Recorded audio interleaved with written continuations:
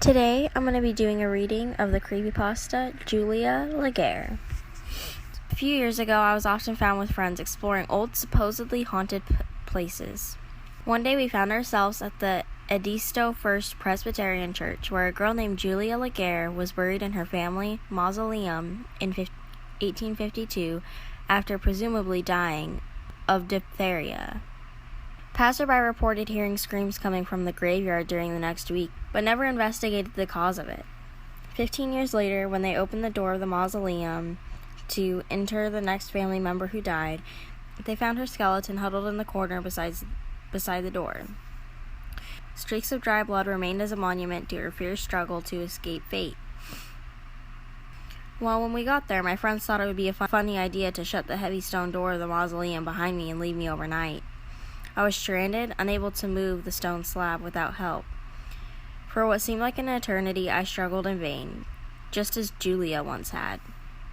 Eventually, in the complete darkness, I had no choice but to resign myself to the night ahead of me. I've never been claustrophobic, but the stale air held pressure that made breathing hard. It felt like an overwhelming sadness was literally pushing down on my shoulders. As time slowly slipped by, my initial anger faded into a sense of fear and, eventually, despair. Sometime later, the scratches began. They were faint at first. I was sure it was my imagination, but they seemed to become louder, clearer, as time passed.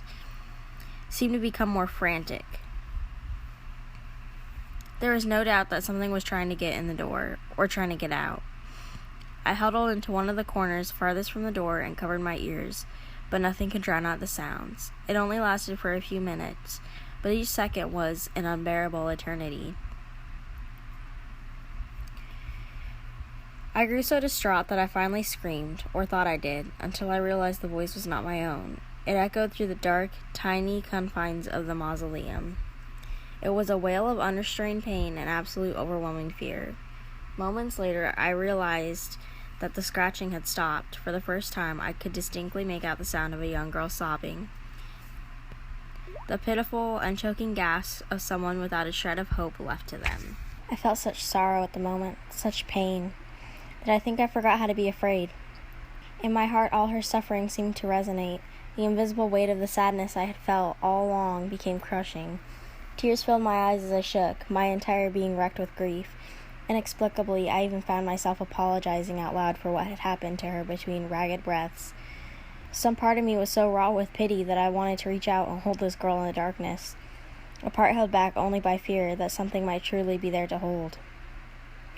I can't say if she heard me or was even aware of my presence. The sobbing never stopped, and the scratching at the door soon started anew. At some point, I must have passed out from hyperventilation. When I awoke, it was the sound of the stone slab as it fell away from the doorway and landed onto the ground with a thud. Even the pale gray morning light was blinding after the absolute darkness. Thinking my friends had come back, I rushed out into the foggy morning and sucked in a mouthful of fresh air. I was shocked to find nobody around, but more eager to be away from that place. I stumbled around the front of the church and went into a small, unlocked prayer house. I think previously it was a segregated mini-church for slaves, but regardless, I collapsed against the door and waited distraught until my friends finally arrived. I approached them as they clustered around the fallen door.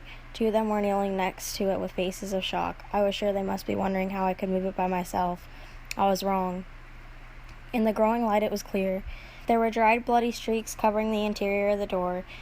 Some had light scratches where the nails had grated across the surface. Many more were smooth as if left by bloody nubs. When they noticed me, they all jumped.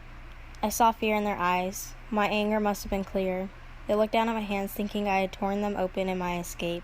Then they shared a horrific look among themselves. They asked what had happened, and I told them every detail of what I remembered in halting, angry, and equally horrified bits, wanting them to know all that I had been put through.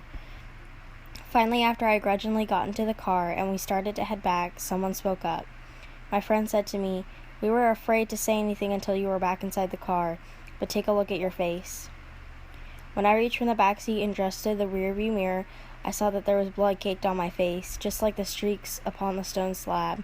There were dark red lines on either side, as if someone had run their fingers across my face while I slept, feeling the warmth of another for the first time over 100 years.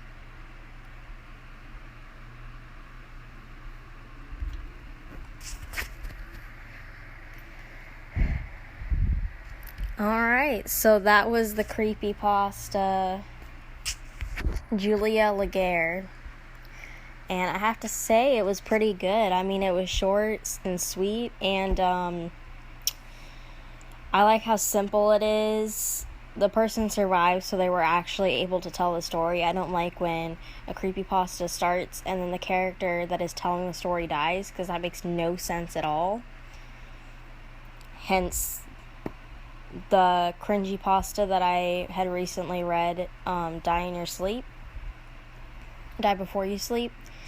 And I really enjoyed this one. It started off, the writing was really good. I liked how it started off kind of creepy, and they found out some like cool things about it, so you have a little backstory. I mean, the only thing is I have a hard time believing that somebody's friends in real life would push somebody into a mausoleum and leave them there overnight. But, I mean, you have to have a story. Other than that, there's like nothing that I can see that doesn't seem realistic. In the end, just like in Tulpa, it's short and sweet, where you don't have to be creeped out all the time. It's just one little eerie feeling, and that's the kind of stuff I like. So, that is how I felt about the creepypasta Julia Legare. I do have a special coming up. It's going to be, I don't know if it's going to be a 3-part special yet or a 4-part special, but it's going to be, it was a longer creepypasta, and it took me exactly an hour to record it. So, I'm going to put it into different parts. I still have to edit it, so it's an hour before editing. So, I'm going to do either 3-part or 4-part series for that one creepypasta, and that's going to be coming up soon, maybe in a couple weeks, maybe a little less. So, look out for that. And if you want to see more, like, comment, and subscribe. Tell me how what you thought of this creepypasta. And I'll see you next time.